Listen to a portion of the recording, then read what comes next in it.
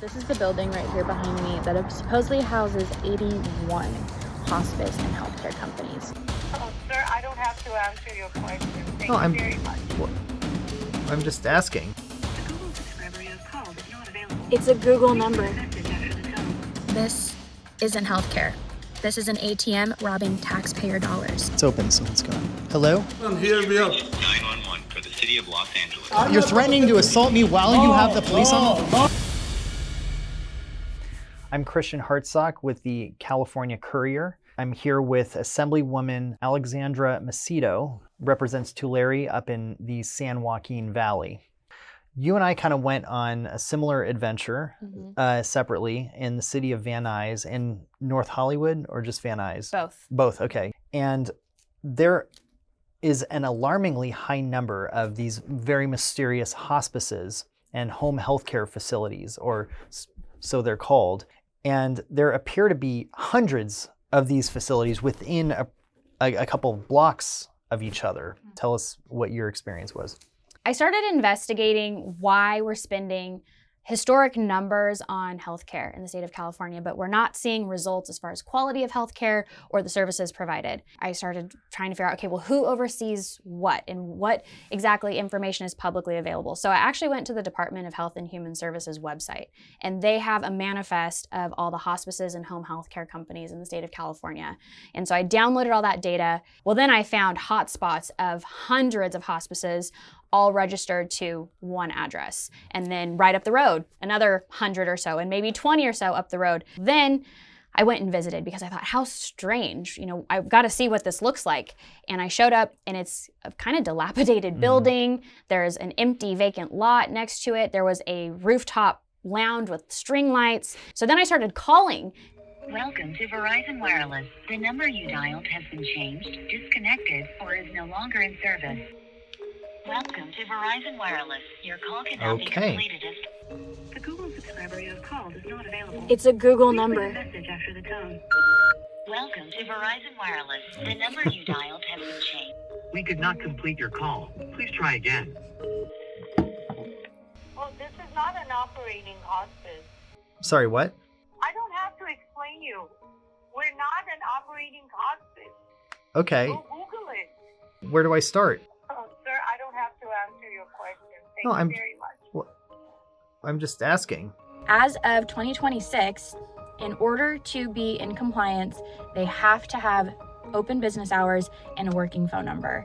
The really interesting part for me was when I went to go and visit these buildings. One in particular, there was no handicap parking. There was no ramps for wheelchairs. These buildings are technically illegal in the state of California because they're not ADA compliant. And then I'm thinking, okay, you have elderly people probably, right, coming for home health or hospice care, or they're coming to look for one. So here's the front of the building. Pretty much all of the entrances are not ADA compliant. There's no ramps. If you have hospice patients that are likely in wheelchairs, wouldn't you think that they would have handicap accessibility? So I came around the back of the building because there's only two entrances. Technically, I guess a wheelchair could get here, but if you look, there's no handicap parking. No handicap parking. This building is not ADA compliant, but it's supposedly a hospice and home health care facility. I went to those buildings during business hours. A number of them had notes that said on the door, "We have stepped out to lunch." And it was like 4 o'clock. And then one of them had a professionally laminated sign sealed to the door announcing that they had stepped out to lunch. Printed sign, "Closed for lunch. We will return shortly." It seems to be a pretty permanent looking, it's not just a sticky note. It does not seem like a temporary tag you just put on a door to say "out to lunch." Well, it wasn't just the out to lunch. I saw working remote due to COVID exposures. I saw lots of an emergency, I'll be back in 15 minutes. I actually went multiple times to these buildings and the signs were never changed or moved. It says "out to lunch." Okay. Well, I take it that they are still out to lunch. Maybe they're all out to lunch together. Great Life Hospice, okay. Is it a whole lunch outing amongst healthcare competitors? Hi, No, this is not hospice. I don't. this is not hospice? Okay, well, what kind of health do you provide here? I'm sorry, you can't come. But it says 9 to 5. Hello? It's open, so let's go in. I'm documenting this for my grandma because I'm trying to enroll her in healthcare.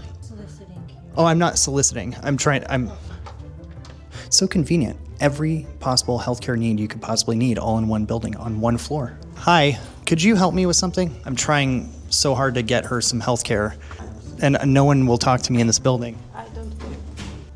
In one of the buildings was an auto body repair shop. Now, I'd never seen an auto body repair shop on the second floor of an office building, so I decided to knock on the door and see what they thought of the dozens of hospice offices surrounding theirs. But when I started asking the guy questions, it escalated pretty quickly. Why are you taking picture? Why are you asking some questions? Because I'm curious what's going on. There's so many healthcare offices here and hospice offices. Did you see any healthcare offices? Yes, yeah, I see dozens. Have I done anything illegal? No, hold on, here we are. 911 for the city of Los Angeles. I don't know who You're are. calling. You're calling the police. Yes. So Yes, ma'am. Some person coming to building and he asking some questions. Who you are? Why you are here? You know what kind of business you're doing? I want to know who is this person. Let me get you over to a police operator. Hold on. Yes, please. You could have just asked me to leave. You're threatening to assault me while you have the police on. Now you are assaulting. Oh, hold on. Now you are Why assaulting. you talking that picture? You know why you come in my street? You should not have the police on the line while you're assaulting me. Well, that was very interesting. The only responsive business, at least, was that gentleman who got all up in my face for recording. And that's what's really frustrating about this. I know there are good hospice providers in the state of California, and that is why we need to fix the loopholes, I think, in the administration of these programs and the blind spots that unfortunately bad people have gotten a hold of and found a way to expose that. The interesting fact is 31% of all hospices and home health companies exist in LA County, but only 2% of the nation's aging seniors live here. Okay, that's interesting. Right. There's a national website for hospices that they get a score. And so I looked for a lot of these and they had scores under 50%. That means they did not have enough information about your hospice to say that you were actually like a viable hospice. Some of these hospices had a 0% death rate. But LA County is so huge and so big that essentially they said, we can't handle this oversight. So they contracted with LA County's public health to oversee this. The California Department of Health and Human Services is the ultimate oversight of all of these programs. The California Department of Health and Human Services. Mm-hmm. Have you confronted them about it? We have a letter that we're going to submit to them. We also have some active legislation that we're working on as far as how do we correct this issue. And I'm hoping that the people that can get the real meat and potatoes of what's going on can bring these people to justice. So walk me through the working hypothesis as to what was really going on behind those doors. What I suspect is happening or has happened is maybe some of these are social security numbers or seniors that have been scammed into providing their information. These people are then using that information to enroll them in hospice.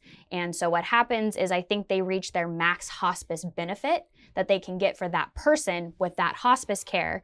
And then they say, oh, the person didn't die, and they kick them off of hospice. And then they kind of recycle this information and give it to one of their buddies who's also doing the same thing until they get caught, and then they just kind of redo this licensing loophole. There's been approximately $3.5 billion in Medi-Cal fraud identified in Los Angeles.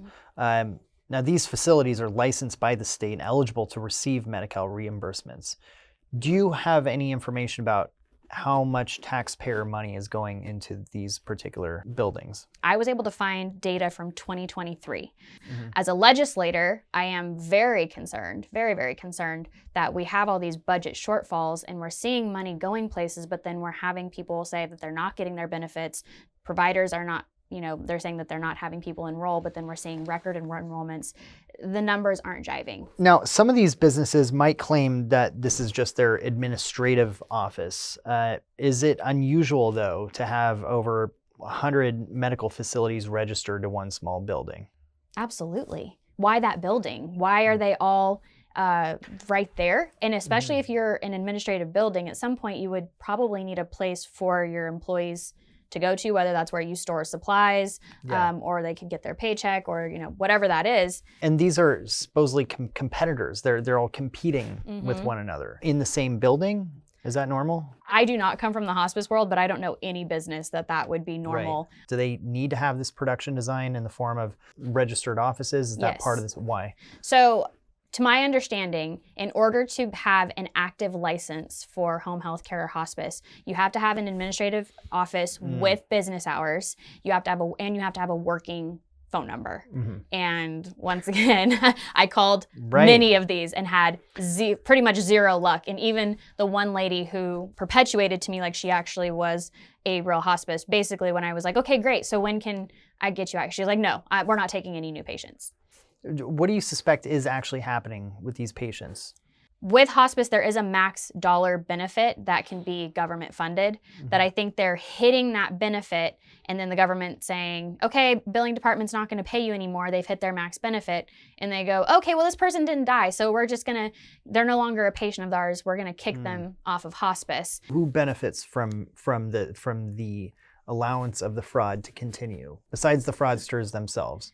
The fraudsters themselves, I think a lot of times that money can be used for political reasons to make sure that people that aren't going to ask questions, that aren't going to push back, that are going to continue to approve this funding are in positions of power. And then you have people like me and those that push back that they try to silence and force out. It's a money game.